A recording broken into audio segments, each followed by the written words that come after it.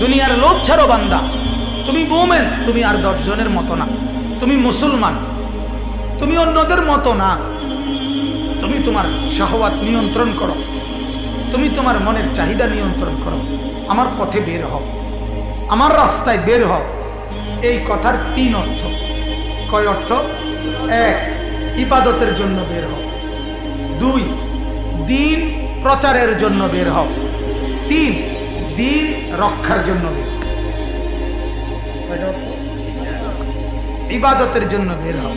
যখনই আজান হবে তখনই চলো। দোকান থো দোকান, সিএনজি রাখো, সিএনজি, অটো থো, ব্যবসা রাখো, চাকরি রাখো, ছোট। মসজিদের দিকে, কিসের দিকে? যখনই নামাজের ওয়াক্ত হয়, ফাজাইলে আমালের মধ্যে আছে, শেখুল হাদিস হযরত মাওলানা জাকারিয়া রাহমাতুল্লাহ আলাইহি উল্লেখ করছেন এই হাদিস। যখনই নামাজের ওয়াক্ত হয় একজন ফেরেশতা দাঁড়ায়। নবীজি বলছেন একজন ফেরেশতা দাঁড়ায়, ইউবাসু মুনাদিন ইনদা হাদরাতি কুল্লি সালাত, দাঁড়িয়ে বলে, ইয়া বনি আদম কুমু, হে বনি আদম ঈমানদার, কুমু লিস-সালাহ, নামাজের জন্য দাঁড়াও, ওঠো। এরপরে ফেরেশতা বলে, ফাতফিউ মা আওকাতুম আলা আনফুসিকুম। বাহ! ফেরেশতা বলে, হে আল্লাহর বান্দা, গুনাহ করে যেই জিন্দেগিতে আগুন লাগাইছো, সেজদা করে সে আগুন নিভায় দাও। যে আগুন লাগাইছো গুনাহ করে, সেজদা করে সে আগুন নিভায়। সেজদা করলে আল্লাহ তাআলা খুশি হয়ে যায়, খুশি হয়ে যায়। সেজদা করলে আল্লাহ তাআলা হাত বুলাই দেয়, 2 ইঞ্চি সাফ। নবীজি বলেন 5 ওয়াক্ত নামাজ কেউ যদি কোনো কূপে 5 বার গোসল করে তার গায়ে ময়লা থাকবে? নবী বলেন 5 ওয়াক্ত নামাজ পড়লে গুনাহের ময়লা এভাবে মুছে যায়। শীতকালে শুকনা ডালে নাড়া দিলে যেমন গাছের সব পাতা ঝরে যায়, আল্লাহর নবী বলেন 5 ওয়াক্ত নামাজ পড়লে জিন্দগির সব গুনাহ এভাবে ঝরে যায়। জন্য ভাইয়া জীবনটা নষ্ট করো না, ভাইয়া জীবনটা নষ্ট করো। জীবনের অনেক দাম। এই হায়াত আর আসবে না, এই জীবন আর আসবে না।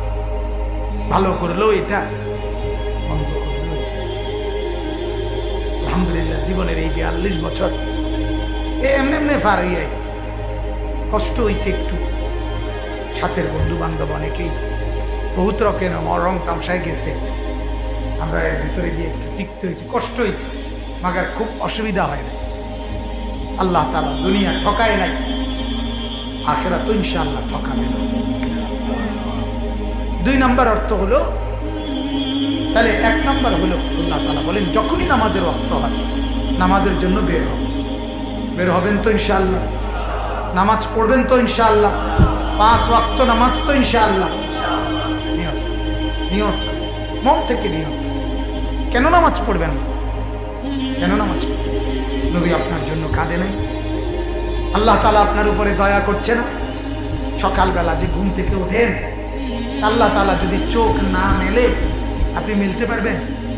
এই যে চোখ উঠে যখন মানুষের, তখন তো অনেকক্ষণ চোখ মিলতে পারে না, পানি টানি দিয়ে ধুন লাগে। তো আল্লাহ তাআলা যদি আটকায় রাখে, আচ্ছা বলেন তো আপনি চোখ মেলবেন কেমনি? আরো একটা আশ্চর্য জিনিস শোনেন, আমরা প্রত্যেকে যখন ঘুমাইতে যাই তখন আমরা চোখ তো বন্ধ করি, সাথে সাথে ঘুম তো আসে না, ঠিক না বলেন তো? 20 মিনিট, 25 মিনিট, 10 মিনিট কম বেশি পরে গিয়ে কি আসে? আচ্ছা আপনি এবার কল্পনা করেন তো, জোয়ান ভাই, তোমার যেরকম ঘুম আসতে কিছুক্ষণ সময় লাগে, 15-20 মিনিট দেরি লাগছে ঘুম আইতে। এখন তুমি যখন সকালবেলা মনে করো তুমি ঘুম থেকে উঠতে চাইতেছ, চোখ মেলতে চাইতেছ, 15 মিনিট চোখ খুলে না, ওই সময় যেরকম ঘুম আসে না, এখন মনে করেন ঘুম চোখ খুলে না, আর 15 মিনিট ধরে কি শিক্ষাটা শিক্ষা কথা বলেন না, আর 14 গোষ্ঠী কেমন শিক্ষা দেব কি ভাই? মালিক বলে দেখো এত নাফরমানির পরেও আমি সাথে সাথে তোমার দুটা চোখ খুলে দেব। সুবহানাল্লাহ।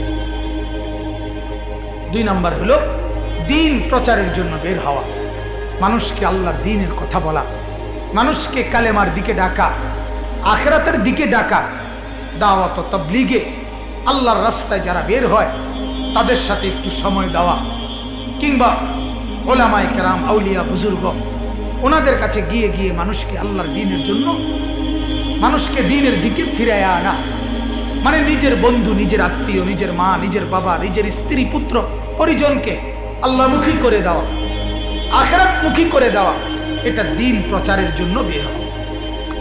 3 নাম্বার হলো আল্লাহকে বলা, আল্লাহ আপনার দ্বীনের জন্য, কোরআনের জন্য, ইসলামের জন্য, নবীর ইজ্জতের জন্য যদি কোনোদিন জান দিতে হয়, আল্লাহ আমি জান দিতে রাজি, আপনি চাইলে পুরা দিয়ে দেব। দ্বীন রক্ষার জন্য বের হওয়া, দ্বীন প্রচারের জন্য বের হওয়া, ইবাদতের জন্য বের হওয়া। আল্লাহ তাআলা আমাদেরকে 3 ক্ষেত্রেই প্রস্তুত থাকার তৌফিক দান করেন। আমরা নামাজের জন্য বের হব, আমরা মানুষকে আল্লাহর কথা বলার জন্য বের হব, আমরা কালেমার ইজ্জত রক্ষার্থে, কোরআনের সম্মান রক্ষার্থে জান কুরবানি করার জন্য বের হব ইনশাআল্লাহ। আল্লাহ তাআলা আমাদেরকে তৌফিক দান করেন।